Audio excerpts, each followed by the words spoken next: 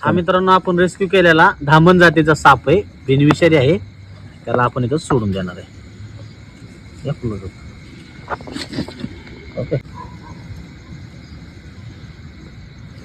हा तस्कर जातीचा साप आहे, बिनविषारी आहे.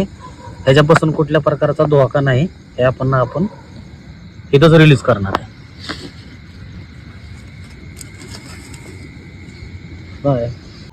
साप कधीही स्वतःहून चावत नाही, तर त्याला आपण इथं सोडून देऊ. हा आपल्या भागातला थंडीच्या दिवसामध्ये सर्वात जास्त निघणारा साप, मराठीमध्ये घोणस, इंग्लिशमध्ये रसल स्वायपर.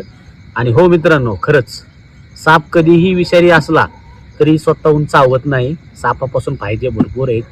पहिली गोष्ट, विषारी असला तरी आता ही घोणस आहे, इंग्लिशमध्ये रसल स्वायपर, काही ठिकाणी परड या नावाने ओळखला जातो.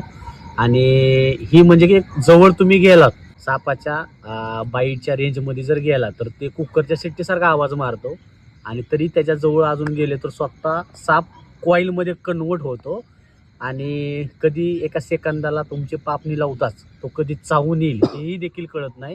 विषारी आहे, पर्यावरणासाठी चांगले आहे. आणि भरपूर लोक असे म्हणतात की बाबा विषारी साप आहे, त्याला मारलं पाहिजे. परत मित्रांनो, त्यांच्यासाठी साप कधीच स्वतःहून चावत नाही, तर त्याला आपण इथं सोडून देणार आहे.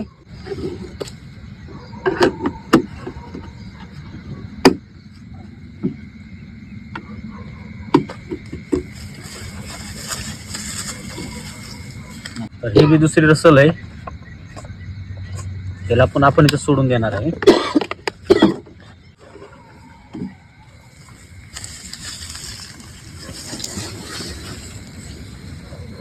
तर मित्रांनो, हा एक दुसरा रसल्स आहे, घोणस आहे मराठीमध्ये. आणि थंडीच्या दिवसामध्ये सर्वात जास्त रसल स्वायपरचे आपल्याला कॉल होतात.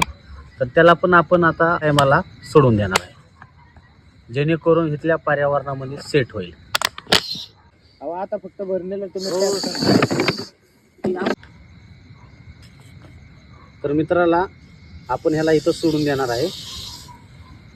या क्लोज अप तीच आहे, तेच सांगतो. जाऊ द्या,